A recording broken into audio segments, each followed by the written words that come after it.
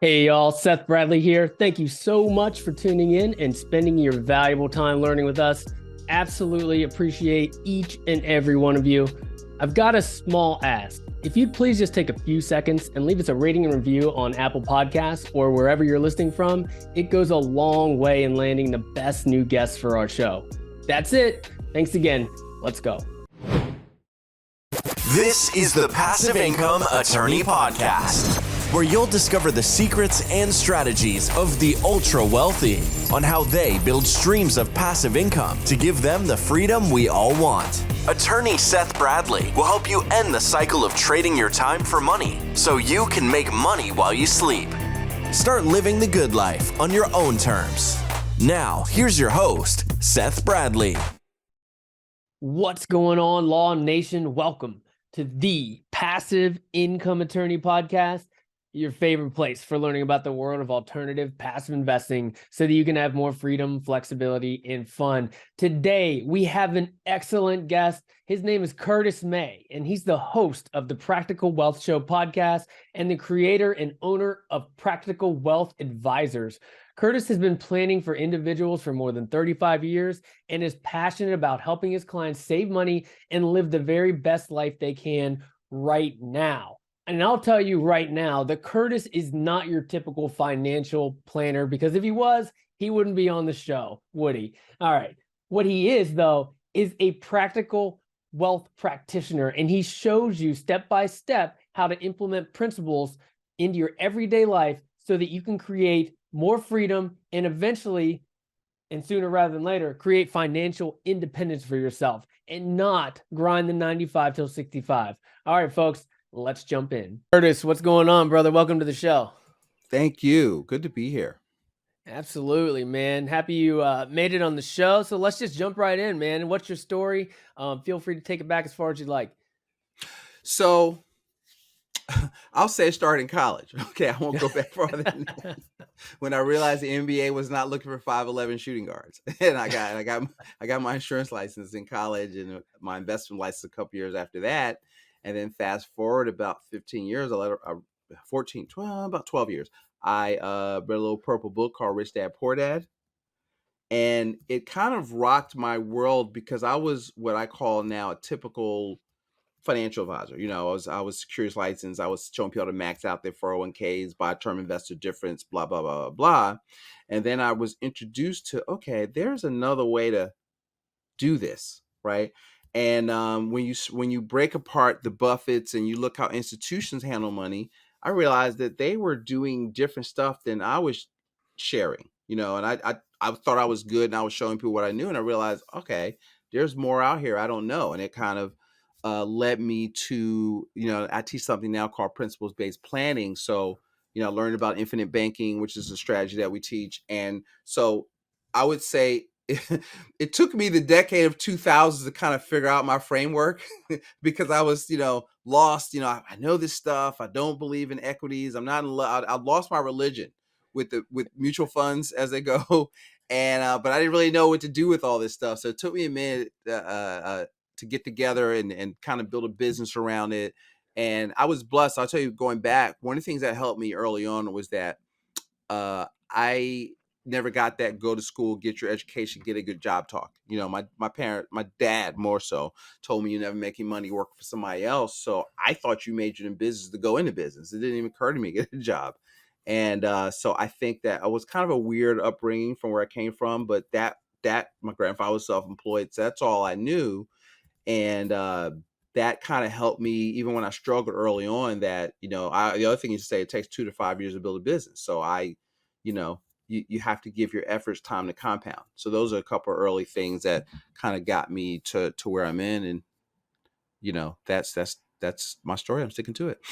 Yeah, I love that, man. Stick to it, dude. I love that, man. I love that you had, that entrepreneurial mindset instilled in you from the beginning. Mine, I had the opposite experience. It was trade your time for money, but trade it for as much money as you can get. So I went down the pathway of becoming a doctor. I ended up abandoning that path and ended up becoming an attorney, but it was still trade your time for money. Like that was always the mindset. So it took me a really long time to get through that. So I think that's quite an advantage that you were able to get that instilled in you from an early age rather than having to overcome it later.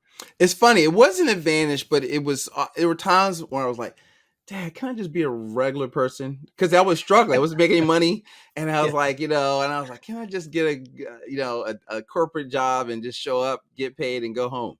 And Right. but that's just wasn't me, and I had to. I wasn't built that way because I would figure I don't care what job I had. I only worked for about 13 months, and I would always figure out why I hated it. and Yeah. so, yeah. Yeah.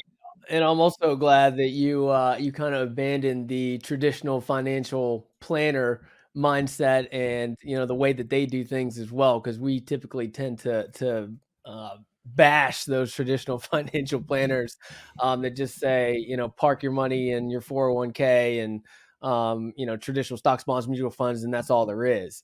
We try to focus more on alternative investing And strategies. that's not what they do. See, that's the Yeah, thing. See, it's a yeah, joke, and yeah. I'll stay calm. But it's Enlighten us. right, because think about this. So there's two schools of thought when it comes to money, right? There's one, the typical advice, we call that in our system the accumulation theory, right? So it's based on accumulation, the S&P. So they teach you buy and hold, dollar cost average, get out of debt, buy term investor difference, portfolio rebalancing, blah, blah, blah, blah, blah. But if you look at what they do, I had this guy on my show, Barry Dyke, the Pirates of Manhattan. And if you look open their balance sheets, they don't do any of that stuff, right? They literally do the complete opposite. If you rich dad, poor dad, right? And it's like what do they focus on? They focus on velocity of money, right? Yep. Which is just Yep. an economic principle. It's not an investment. It's just like, Mr. Wonderful wants to know, if I put money in this deal, how soon am I getting my money back with friends, right? So you can do what? Put in another deal. Then what does he want also? Cash flow, equity and cash flow. They leverage. They will use other people's money.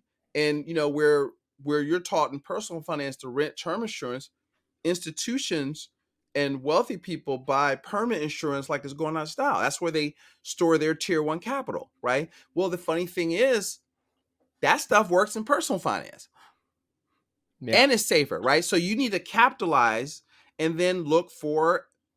So here's what we do: give people 3 rules of investing, right? Invest in what you know, because investing is not about buying something, it's about becoming something, right? Most people don't want to become. That's the problem. That's why they want to put in 401k, because they want easy.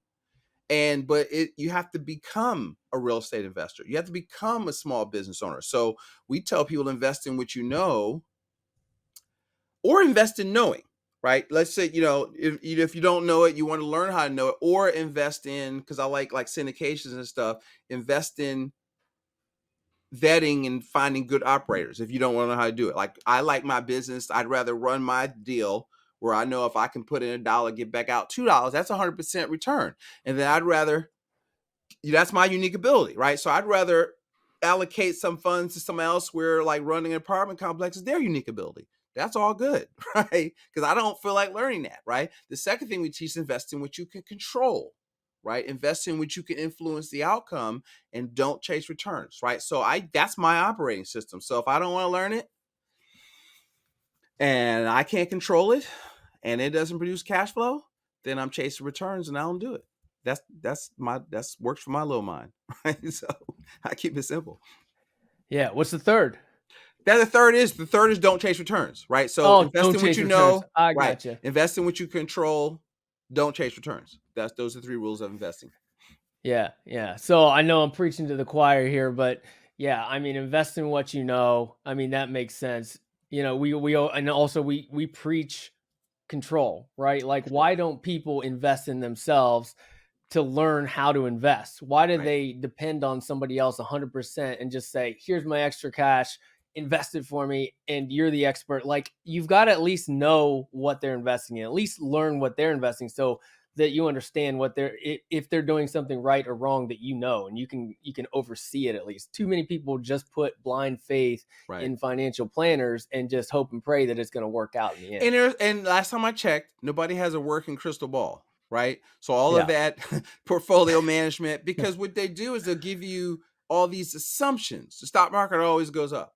The stock market's going up at 11% since the depression. All those are assumptions, and it's the S&P has done blah blah blah. What they don't tell you is that, one, mutual funds don't earn compound interest. right? They go up, they go down. They appreciate, they depreciate, right? So, and when let's say the S&P, if they're showing it as one continuous number, but what they don't tell you is if a stock performs bad, what do? Take it out and put in something else. So even when you understand that that's not even a real thing, when you look at it over 20 years, wherever companies go in and out of that. So you can't use, to me, as a basis to predict future outcome, because they always tell you, what's the fine print say? Past performance is no guarantee of future performance. So I don't know. I mean, that's because think about what Buffett said. Buffett's mentor is Benjamin Graham, right? And the first chapter in his book, The Intelligent Investor, is the speculation versus investing, right? And he says investment is something you put your money into where your principal is safe and you have a reasonable opportunity to make a profit. If it doesn't meet those requirements, you are speculating. So when people talk to me about it, that's what I'm talking about. So I don't know what you're talking about, you know, and so I use that as my framework. It's like, you know, there's some risk, but, you know, you work to mitigate risk to as low as possible. That's what good investors do. And if your money's markets go up, down, sideways, so you should make money either way. You should have a plan that really you want to provision yourself and protect, because you have to have something that works regardless, right? You have to play defense. You have to save. You have to have insurance. You've got to invest in your number one asset, which is in between your two ears. And you'll have opportunities, if you're liquid, to buy your competitors up or find a cheap deal. My mentor, Nelson Nash, would say, listen, if you have capital, opportunities will find you. That's you don't right. have to go looking, you know. And so most people are afraid to capitalize because they still think they have to be fully invested. But Buffett is sitting on like some crazy $100 billion. I'm making it. I heard it somewhere. I can't remember the exact number, but a lot of them cash over at Berkshire Hathaway. Well, why is that? I don't know, but you know, there's a reason. I would try to figure out what that is. You know, I'm sure he sees some opportunities that may come up where he needs cash to take advantage of it. What about you and I at our level? What can we do? You know, a lot of the good alternative things, you need 50, 100 grand to get into them. So if you don't save, you can't even do that. And that's where the money's made. So I know I'm preaching to the choir, but you know, that's yeah. I mean, that's step number one, right? You've got to save enough money to be able to invest. You got, and you know, there's a little bit of truth to, you got to have a little bit of money to make money. That's not 100% true, but it sure makes it a lot easier, right? So, you know, that's the first thing, is don't overspend on shit that you don't need. Right. Like that's what a lot of people do. I mean, even a lot of the attorneys listening, you know, we're making 200, 300, 500 more a year, and we're still spending all of it. You know, we're still living paycheck to paycheck. It's ridiculous. Because it's a consumption. Like most wealth is lost by how people manage cash flow. Right. So I teach a variation. I'll tell you a good book is, if you never call me, is just get Mike McCallow's book, Profit First.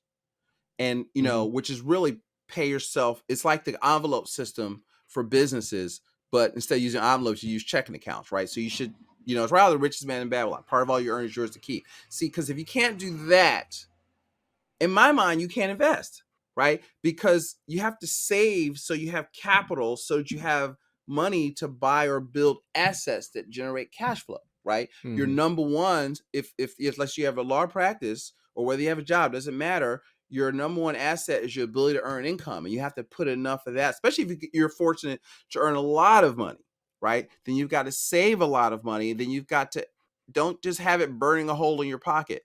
You know, you need to capitalize it. You need to get good, here's a word, counsel, okay, from other, you know, from shows like this, and invest it. And then you look for places to deploy your capital, because the goal is, people don't know what the goal is, Seth. The goal is to become financially free. The financially independent is the goal, which is we define as passive income greater than your expenses. So when you're people are chasing returns and worrying about net worth and all this BS, but you can't eat equity, right? I want you to look at how does my passive income growing year by year, really quarter by quarter, but year by year. I got, all right, because you got your earned income.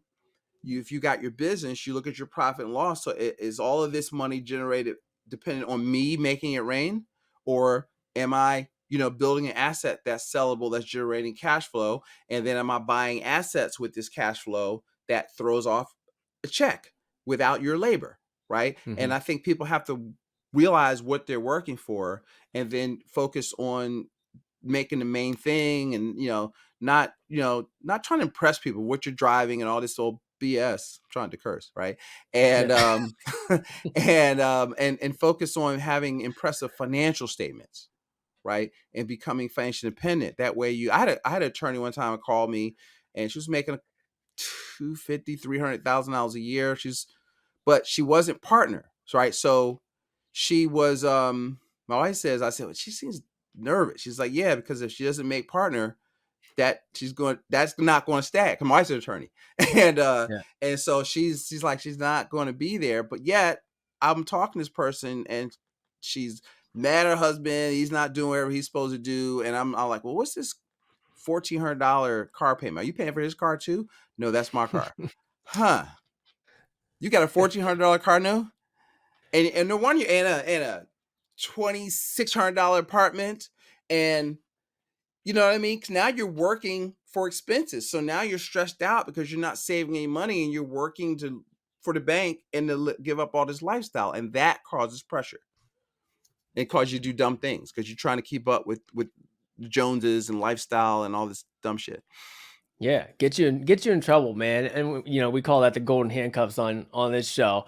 And a lot of listeners are very privy to the story that you just told. Sometimes when you're a senior associate, and you're trying to make partner, it's either up or out because you're too expensive to the firm. So you either make partner and become a valuable asset, or you're a valuable enough asset to become a partner, or you're out. And that's a risky place to be in, that a lot of people are in, where we have one source of income and that's it. We have no passive income. We have no real estate. We have no other assets that are kicking off cash flow. We just depend on that one, active income stream. And if something happens, like you don't make partner and you're out, it's panic time. That's very risky, right? Because security is the ability to produce, right? And so I have a few of our young people that are like getting their, I think one she'll take the bar. I think she graduates next year. She'll take the bar. Some new people, but you're still in business, right? Even if you were working at a firm or in business, because what happens is a lot of people come out and they have this degree, but they don't show you how to get clients, which is you know what I mean? So you're still, if you know how to make it rain, right? So like I'm in the insurance business. I could go to any company. I know how to keep my calendar full. So it doesn't matter who I work with. I'm the buyer. Right. When I work with somebody, and see, so you have to be, this is where I realized, Seth, what business I was in, is I was in the marketing business. Right. And so I got into, I call Planet Dan Kennedy and the Russell Brunsons and, that kind of stuff, because that's, you have to make money. You literally have to make money. And so if you can generate leads and clients, you're now you're making it rain, because it seems like to make partner, you need to bring in some money, right? Maybe I don't understand it all, but I am the guy that I understand what you need to do when the money hits your account.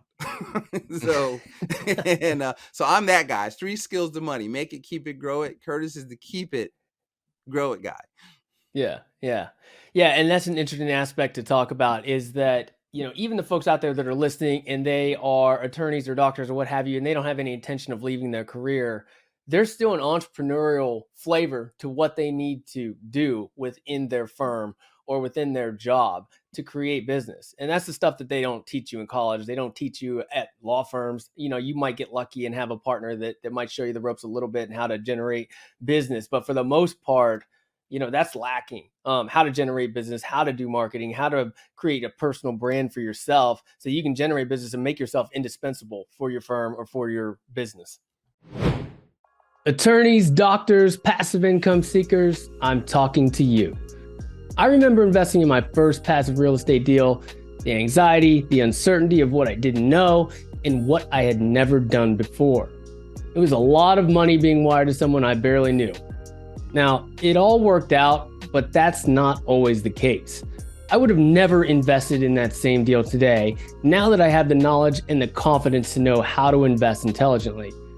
And now with a combination of uncertainty and a flood of newbie sponsors in the market, how do you find the true experts that will perform and make your investment successful? For those of you out there looking to learn how to invest passively in syndications, we've been behind the scenes working on something very special. You don't have time to go through a 6-month course or to try to make a program designed for deal sponsors work for you.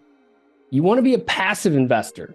Focus on your career and your family, but add cash flowing, appreciating commercial real estate investments to your portfolio so you can practice when you want to and not because you have to. We've built a powerful passive investor program designed to teach you everything you need to know, but nothing that you don't. It's a 4-week program, but if you really want to make moves, it can be completed in just a few days with ongoing support as you make your investment decisions.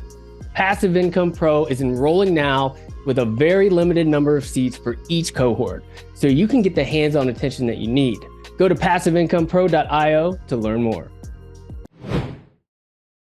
I tell my kids, if you're either in sales or you're in support of sales, right? So if you're not on the revenue generating side of whatever, your head of diversity or some other thing, your ass getting fired, right? Because you're not bringing in money, you're an expense, right? And so if you're not making it rain, everybody else is in support of the people that bring in the money, right? And so you want to get on that side. That side of the equation of bringing in the money is who makes all the money.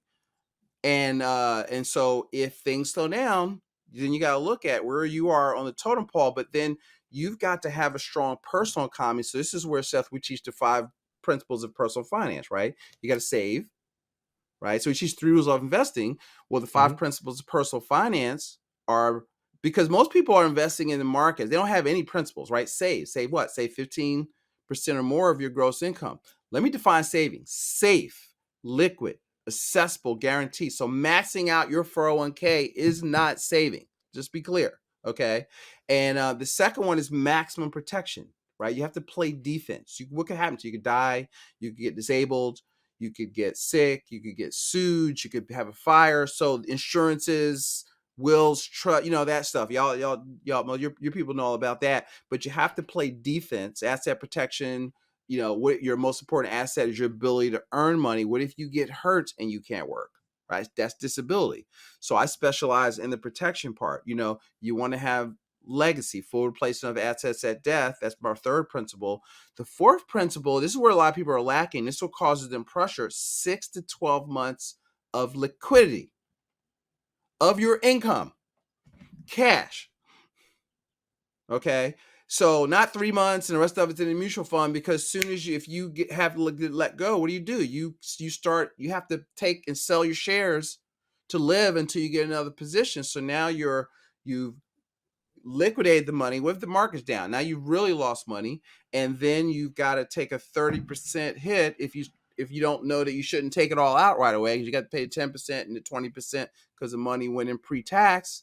And you're not thinking straight because you're broke and you need this money and you got these hard car payments. So you start taking money out, causing yourself a big tax situation, right? And then the 5th principle is velocity, right? So what I want people to do is to build up a foundation, and then from your principle 4, liquidity, start to buy or build things that generate passive income. So the passive income or velocity in our system, step 5, because what I find people do is they skip steps 1 through 4 because it's not sexy, right? But you've got to build a house on rock that, that makes sure that you're solid and you're bulletproof, right? And then you go to town, and you start buying up all the passive assets you can get your hands on, and then you work towards financial freedom.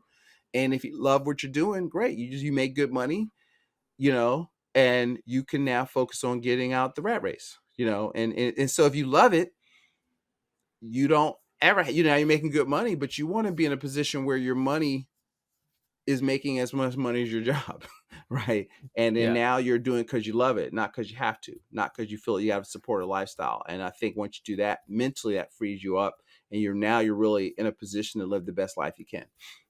That's right. When you start freeing up your time because you've been able to, quote unquote, purchase it back because you've Yeah, created these other income streams, it makes your job and your career that maybe you didn't love a lot more palatable. And you end yeah, up being a lot happier. Like, oh, I actually don't mind this job now because I don't have to have it right, if I don't want it. right.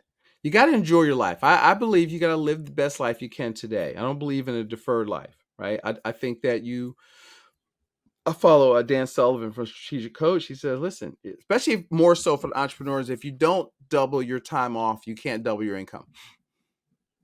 Yeah. And Yeah. so I've tried to really taken that to heart. So I've already been away. It's in April as we record this, I've already been to like 5 trips. Some of them were business trips, but I make it some type of personal trip out Yeah. of it. And I take my wife, I take my kids when they're available. I have 2 of them in college. And but you got to get away because if you got pressure, who's recharging your batteries? Like you're running all this stuff depends on you. You have to refresh and recharge. And then I come back fired up, ready to go back. And another good tip, here's a great book. It's called the 12-week year. So I tend to run my year in quarters, right? So 12 Hmm. weeks equals a month. So a year I have a specific goals for year 2, April through June 30th. And so I'm lapping most people. A lot of my quarterly goals are some people's annual goals. And I'm trying to, all right, let's break this down here. 3 goals, a fitness goal, 2 business goals. And then I work up every day. I've got to make shit happen, because I'm Hmm. focused on what I have to do. I think too many people waste time and not, just not really they're not effective. They're there, they're busy, but they're not, producing stuff. I think you should look at that with your passive stuff. Every quarter, what am I doing to grow this number? Hmm. Yeah, if you're not organized and really putting the most important things that are going to move the needle first, you never get anything done. It's all Yeah, just busy work. And then yeah. by the end of the day or the end of the week or the end of the year, you're like, what did I get done? I don't know. I got a lot of stuff done, but not the things that I needed to get done. That move the needle for you. Yeah. Yeah. Yeah, yeah, absolutely. I do want to get into some of the investments that you do like. But first, before we set that up, I'd like to go through. I'm sure there's like a strategy forming exercise that you do with some of your clients that you go through. What does that look like? Like, let's say I call you up. I hear on the podcast or what have you. I book a call. What does that first call look like? How do you help me kind of form that strategy? So I like to see what you want. Like, what are you trying to do? Because see, what you want dictates what you invest in. And because most like there's 3 types of money. So this is one of the things they would isolate and how I believe I'm different. So there's your accumulated money, which is the money that you have set aside, in the qualified plans or what have you.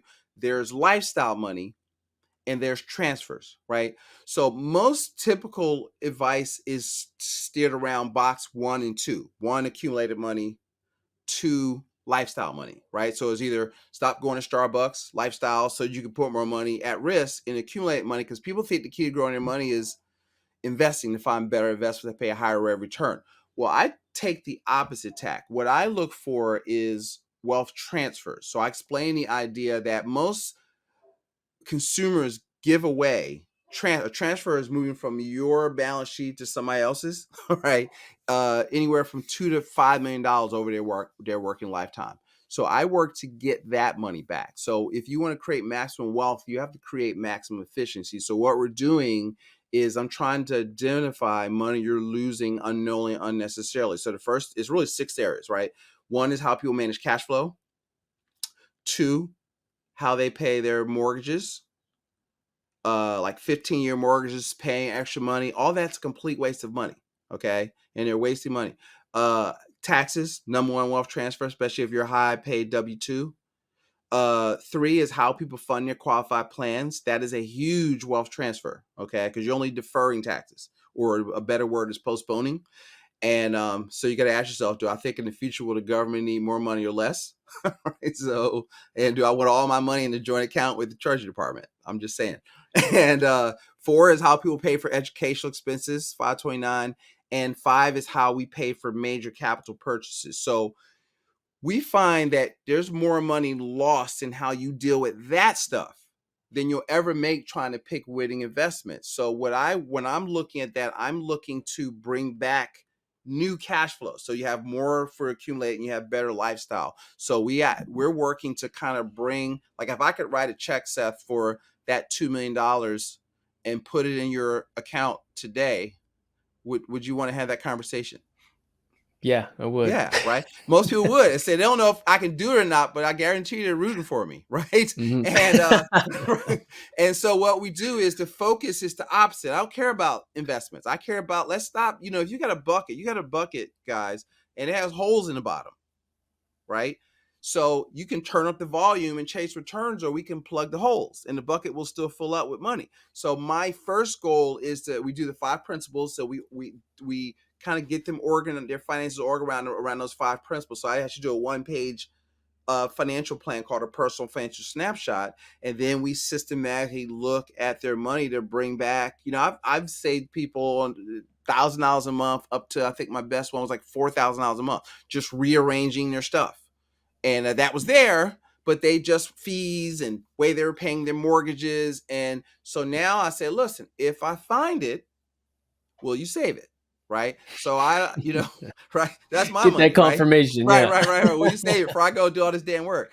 And, but that's it. So we focus on that. So I don't really care about how much money you have investments. I don't do that anymore. Right. So because I can't control that. So I can't control you and getting you back, the equivalent of 12, 15, 20, 30% by saving you 5, 6, 7% off of your, like if you're putting in 100,000, right, and you're saving 10% of that, then that's what's that, $10,000 a year. So if you get 10%, you made $1,000. But if I can save, so what I look at is the 90 that's left over, right? And so what if I could bring more of that you're giving away? That's a bigger number, and I can be more effective and that's what I mean by, if you want to create maximum efficiency. So I start on the efficiency side. So that's a meeting, it's not one meeting. The first meeting is to see if I like you and you like me. Okay, that's the first date, right? Because if you're not coachable and you don't want to think, we probably are not a good fit to work with each other. Okay. And I'm going to tell you, right? Or if I'm trying to disqualify you now before you even call me, if you think Dave Ramsey can walk on water, don't call me. Okay. I think if you're listening to this show, you already know, Yeah. right? But Yeah.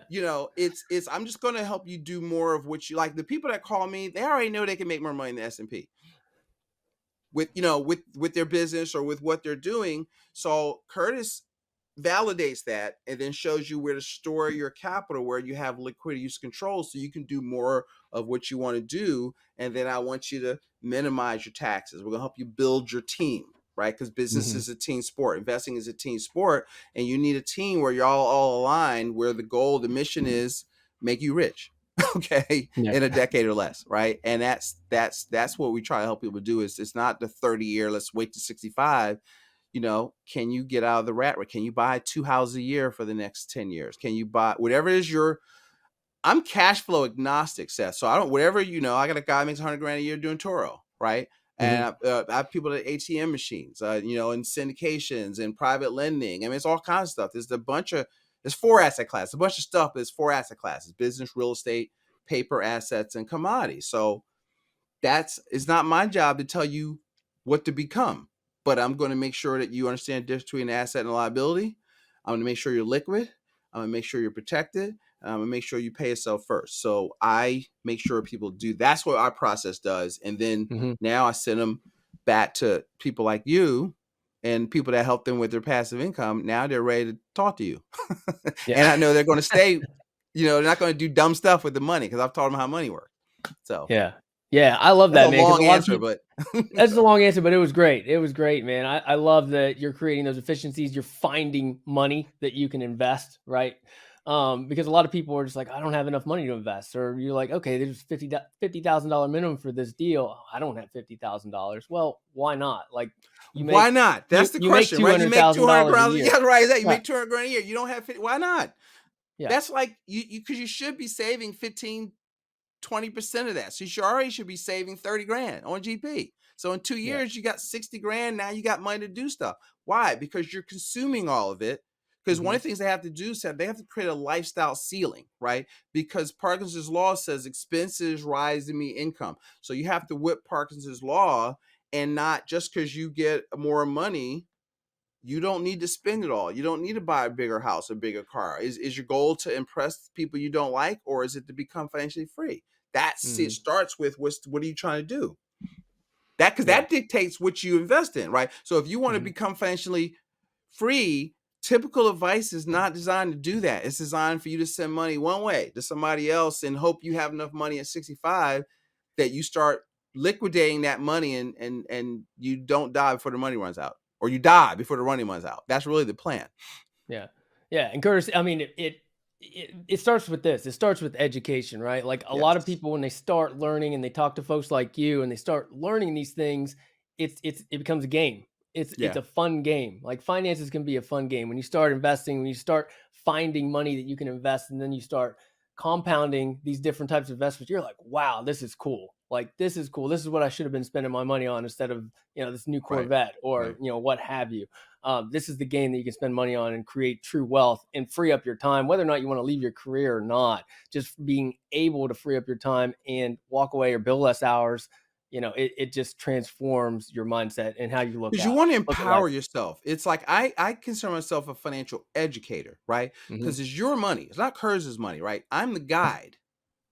And I tell people, look, I'm Yoda. You're Luke, right? And from my Star Trek nerds out there. But my job is to, all right, now you know the Force exists, but you still have to become a Jedi, right? So I'm just training you in the ways of the Force, right? I'm the guide, but you still have to make the journey towards financial freedom. So if your listeners call, the story is called The Hero 2 Journeys, right? You've got to call to adventure. Some of y'all refuse to call. I don't want to learn all this stuff. I just want to do my job. Okay.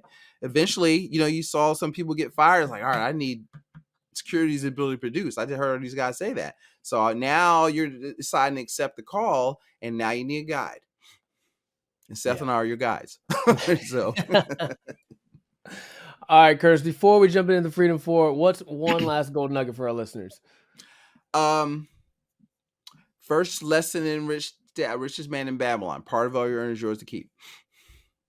Pay yourself first. Awesome. All right, let's jump into the Freedom 4. It's time for the Freedom 4. What's the best thing you do to keep your mind and body healthy? I work out at least 6 days a week, and then I read. I have a whole thing, right? But I read, and then when I'm working out, I listen to podcasts or audiobooks, and I journal. So that's the first thing I do in the morning. Perfect. With all your success, what is one limiting belief that you've crushed along the way, and how did you get past it? This is a weird one. That people of other races would not work with me. Yeah. Like when I was first in the business, I didn't think it was limiting because I didn't think, white people would do business with me. I didn't think whatever. And, but what I find is that if you're good, you have to create value in the marketplace, and that doesn't matter. And that's been proven to me. So now I'm like, hey, I can work with anybody, and if you don't want to work with me, that's your problem, but I'm good. Yeah. Perfect. What's one actionable step our listeners can do right now to start creating more freedom?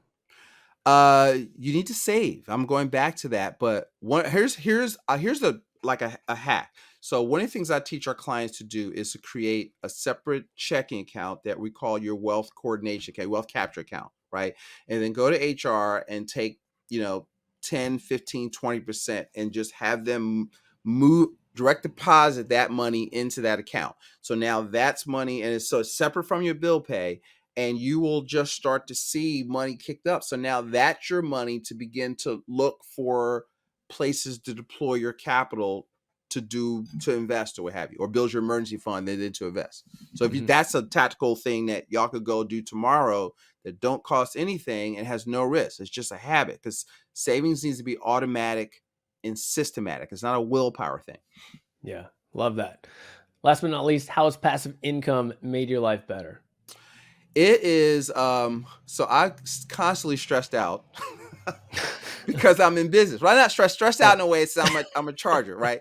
And so what happens is all I'm focused on is passive income, because what it allows me to do is to be more present with my kids, with my family, where I'm not thinking about, I still think about it, but I'm I measure it. So it's like, what am I doing to grow my passive income? I think about it every quarter, but what it does is I find myself being more present. It brings stability, because I'm in business, right? So it brings stability to my business, where I can think strategically longer, 90 days, 6 months, because I know that I'm going to have an X amount of reoccurring income coming in, which allows me to be more strategic in my thinking. Yeah. And I can have fun. Absolutely. Yeah. You Go can to the take beach, those stay at the trips. beach. Right. Yeah. Take those trips. Yes. All right, Curtis, this has been fantastic, man. Where can our listeners find out more about you? So if you want more of the madness that is Curtis, I'd say check out one of the Practical Wealth Show podcasts, wherever you listen to podcasts. If you also, we have our what is it called? Our website, practicalwealthsolutions.net. And, we have links to our YouTube channel, and, you can have a consultation if you want. And then I would really follow me on YouTube, and then somewhere on the site it'll say apply to work with Curtis if you just want to have a free consultation, and we can talk about some of the stuff I've mentioned here today. And also, I'm big on liquidity, right? So I have a free report for your listeners. If they will text, it's all one word, be the bank, all caps, all one word, to 55444. We'll send them out that report. It's about a 10-12 page report, but it's all about saving and money, making more money. So velocity, which is our fifth principle of wealth, velocity of money. Awesome, man. We'll drop all that in the show notes. Thanks for offering all that help. Curtis, again, it's been fantastic. Thanks for coming on the show. Talk soon. All right. Thank you. All right, ladies and gentlemen, Curtis May. What an incredible guest. I actually had not had the opportunity to meet Curtis until the interview, but wow, we have a lot in common, and I love his principles-based system on how to, what he calls, transfer wealth from these things that are important, that take up a lot of your cash flow, and instead transferring that into free cash so that you can buy cash flowing assets with it and start freeing up your time, and step by step, piece by piece, hour by hour, like we preach time and time again on this show. All right. Until next time, folks, enjoy the journey. Thank you for listening to the Passive Income Attorney Podcast with Seth Bradley. Do you want more ideas on how to generate multiple streams of passive income? Then jump over to passiveincomeattorney.com for show notes and resources. Then apply for the private Facebook community by searching for the Passive Income Attorney on Facebook. And we'll see you on the next episode.